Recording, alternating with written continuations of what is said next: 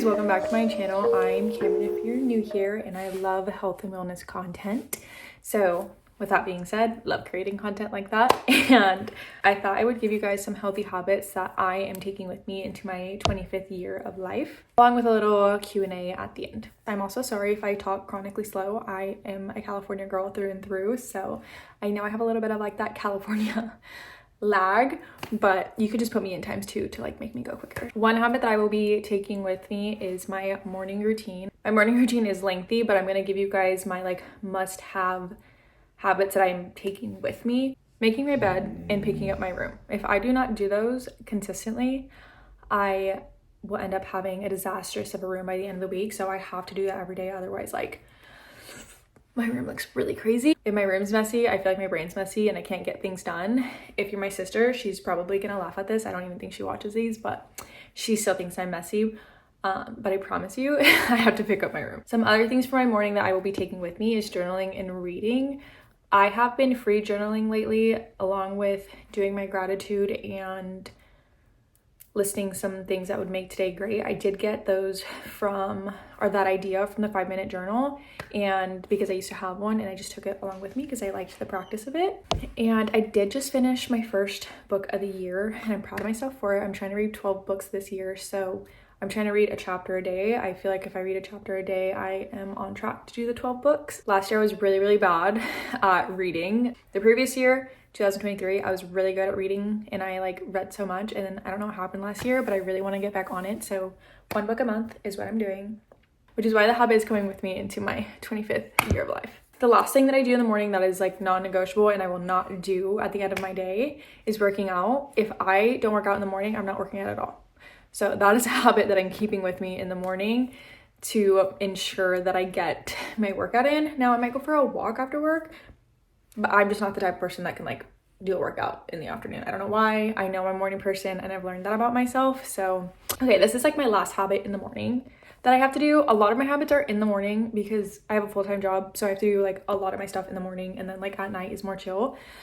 But doing the dishes, if I go one day without doing the dishes, mind you, I live with my family. So if like we go one day without doing the dishes, it piles up. And then again, if the kitchen's messy, my brain's messy and it just doesn't work. So lately I have just been doing the dishes after my workout because I work out in my garage and the kitchen is right there, and it's been working out wonderfully for me. So that is another habit that I will be taking with me. We're outside of my morning now. This is something that I do weekly, and it's food prepping. I'm not huge into meal prepping, but I do love food prepping items. So I wash my fruits and veggies because it helps me just grab that as a snack or throw it into a breakfast way easier than having to do it the day of, because if I have to do it the day of, I'm not gonna do it. So I try and prep some snacks, definitely some fruit, and I almost always prep my breakfast because I hate making breakfast in the morning. I don't know if it's because like I have to get ready after I work out that it's like I don't want to sit there and make my breakfast. I will occasionally because sometimes I run out of like the food I prepped, but I try and always prep a breakfast item. Chia pudding will be coming with me probably the rest of my life. It's such a quick and easy breakfast to prep, and it's so delicious. Like, I'm obsessed with it right now. It's like my hyperfixation breakfast in this current moment. But every time that I like get sick of it, I always come back to it because it's just always so good, so simple, and super nutritious. So chia pudding will be coming with me probably the rest of my life. The last habit or thing that like I can't live without that will be going with me into my 25th year of life is my hatch alarm. That thing right there, beautiful. I'm obsessed with it. I got it probably 2 years ago now. It was like kind of when we moved into our house, but it makes you wake up so much easier in the morning. I used to wake up so startled in the morning because I would have that like alarm, and I hated that feeling. It got me up. It did get me up, I will say that. But I hated the feeling of waking up already like stressed, your cortisol levels spiked. So that bad boy has definitely helped me wake up more gracefully, and it like mimics the sunshine. So especially right now, it doesn't really get bright outside until like 7 in the morning. So if I'm waking up at like 5:36, it's dark and I don't want to get out of bed. But that helps like your body slowly wake up because it goes from like dark to light. But I'm obsessed with it and I will be keeping that thing with me. Moving on to our Q&A portion of this video. I have my iPad with me, so I'm gonna be reading my questions off of here. But what inspired you to focus on a healthy, balanced lifestyle? Like I said, have been trying to live a healthy, balanced lifestyle for probably around 7 years now. Maybe a little bit more than that. I say 7 years because I've been with my fiance for 7 years, and I think it was a little before that I started, but I got into it because honestly, I used to struggle a lot with body dysmorphia and unhealthy eating. And when I started focusing on balance and whole foods and nutrition versus like measuring myself and counting my macros, I felt a lot better about myself for one, and I stopped thinking about what I look like and started focusing on how I felt. And as soon as I started doing that, I started to feel so much better about not only myself, my body, and my mental health started getting better. So that's kind of why I started getting into it. I will say that my sister Ashley definitely put me on to most of the things that I love now and the lifestyle in general, because she has always kind of lived a healthy, balanced lifestyle. And thankfully I have older sisters to help me out when I'm struggling, and Ashley definitely helped me a lot. And if you don't have any older sisters, I'm happy to be here to inspire you to live a healthy, balanced lifestyle and to stop stressing about the number on the scale. How do you stay consistent with your habits when life gets busy? I have to get up early. I kind of said this earlier, but if I don't get up early, I'm not going to do most of my habits. And that's just me being honest with you guys. I work a full-time job, so I have to get up in the morning to be able to live the lifestyle that I want to live. For two, I also am a realtor, so I kind of get to make my own schedule. So I don't really go into work until 11. Like I don't do at the office till usually around 11. So I have my whole morning to be able to do the habits that I want to do, have a slower morning. But if I wake up at like 7:30, I could still probably do some things. 7:30 or 8, there's no way that I'm going to be able to have that slow morning that I want, and it's just going to be hard for me. So realistically, if I don't get up early, I am not living the lifestyle that I want to. So I would say that is how I stay consistent with my habits when being busy, and it's the only thing that's worked for me because I am not a night owl. What is one habit that you are working to break or improve this year? Scrolling.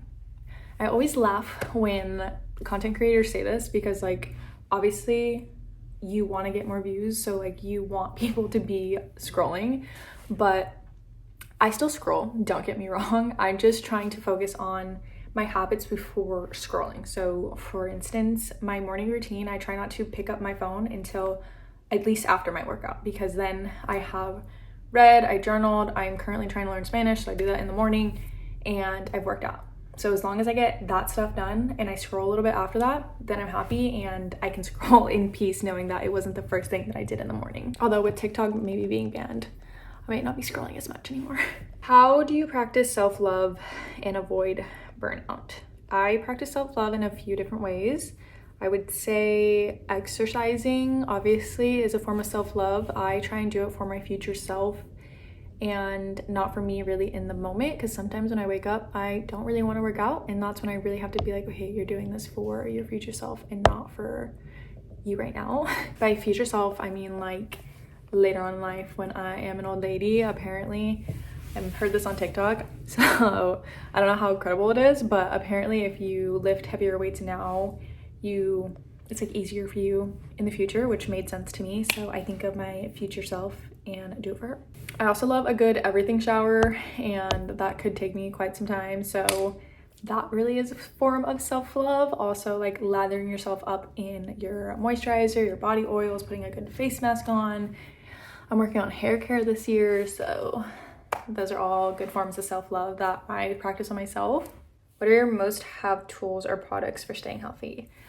The Form app, it really helps me work out because I don't have to think. I love not having to think about what workouts I'm doing, in which order I'm doing them. They plan everything out for me, so every week I can just click on the Monday, click on the Tuesday, and do the workouts and not stress. I also love that they're like 30 to 45 minute max, so I'm not spending an hour and a half in the gym, which if you do that, all power to you. I definitely want to get back into the gym to start like lifting heavier again. But with my current lifestyle, it just like doesn't work. I don't have the time for it. So maybe in the future I'll be doing that. For now, I will be doing my at-home workouts with my dumbbells. I do have a good set of dumbbells, so I will be lifting heavier than the previous year. But yeah, I'm just obsessed with the app and it really has just helped me. Another good one that has really helped me is a planner. I have my planner on my iPad, but if you have a paper planner, that works too. I just like the one that I have on my iPad. My sister Ashley showed me that as well. I feel like once I started planning out my months, my weeks, my days, I do a lot more. I feel way more productive. Being able to like cross off your to-do list, I don't know, there's something about it that just like does something in my brain that makes me feel good about myself. So definitely a planner as well. Okay, the last question is, what new wellness trends or habits are you excited to see this year? So I haven't really seen that many. I mean, it's January, so I feel like I haven't really seen any trends, but the only one that I saw before the new year was like the winter arc, which I love the idea of. I love the idea of like getting out of a slump because the winter can be hard for a lot of people, and having that like motivation and people to back you, being like, everyone's doing the winter arc right now, let's do it together. So I love that. I'm also here for any like food trend. I'm a foodie, so like I'm here for all that. But yeah, other than that, I try not to really get too attached to fitness trends because I don't do well on them. I try and just focus on my healthy, balanced lifestyle, and if something comes up that seems appealing that fits into that healthy, balanced lifestyle, then I might try it. But other than that, I try not to get too into it. Like the 75 hard was not for me. It's hard. And it was too hard for me, and I knew that, and I didn't want to, one, let myself down, and two, push myself past a point that knowing wasn't good for me and my mental health. So, and that is not to say that those type of trends are not good for you personally. I'm just saying they're not good for me and my mental health. But if you're someone who loves that type of like dynamic and structure, then stuff like that is definitely going to help you. But for me personally, it just doesn't work. Okay, that is all that I have for you guys today. I hope you guys enjoyed this video. It's a little bit different for me because I don't normally do like sit down chats, but trying something new in the new year. So yeah, if you guys like this style video, let me know. See you guys next time.